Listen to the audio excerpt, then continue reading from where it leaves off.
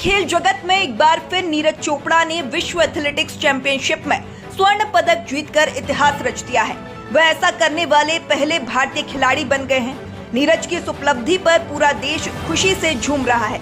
नीरज ने 88.17 मीटर दूर भाला फेंककर स्वर्ण पदक अपने नाम किया है। उन्होंने बुडापेस्ट में आधी रात को स्वर्ण पदक जीता और देशवासियों को उनसे यही उम्मीद थी। यही वजह थी कि बड़ी संख्या में लोग नीरज को देखने के लिए रात में भी जगे हुए थे। नीरज ने पदक जीतने के बाद इन सभी लोगों का शुक्रिया भी अदा किया। वहीं कई लोगों को अगले दिन सुबह यह खबर मिली और उनके दिन की स्वर्णिम शुरुआत हुई। विश्व एथलेटिक्स चैंपियनशिप में जैवलिन थ्रो प्रतियोगिता में पाकिस्तान के अरशद नदीम दूसरे स्थान पर रहे। राष्ट्रमंडल खेलों की चैंपियन अरशद नदीम ने 87.82 मीटर के साथ रजत पदक जीता, जबकि चेक गणराज्य के जैकब वडलेज ने 86.67 मीटर के सर्वश्रेष्ठ थ्रो के साथ कांस्य पदक हासिल किया।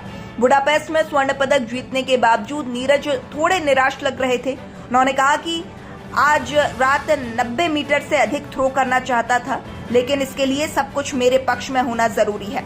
मैं आज शाम सब कुछ एक साथ सही नहीं कर सका, शायद अगली बार ऐसा कर पाऊं। दूसरे राउंड के बाद मैं खुद को आगे बढ़ाने के बारे में सोच रहा था, क्योंकि मुझे पता था कि मुझे बेहतर थ्रो मिल सकता है, लेकिन तकनीक और गति पर बहुत दबाव है।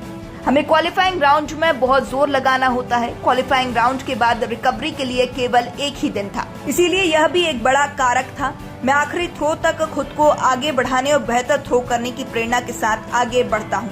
विश्व एथलेटिक्स चैंपियनशिप में जेवलिन थ्रो के फाइनल में नीरज के अलावा डीपी मनु और किशोर जेना ने भी भाग लिया। किशोर जेना ने 84.77 मीटर के सर्वश्रेष्ठ थ्रो के साथ 5वें स्थान पर काबिज रहे और डीपी मनु 84.14 मीटर के सर्वश्रेष्ठ थ्रो के साथ 6ठे स्थान पर रहे।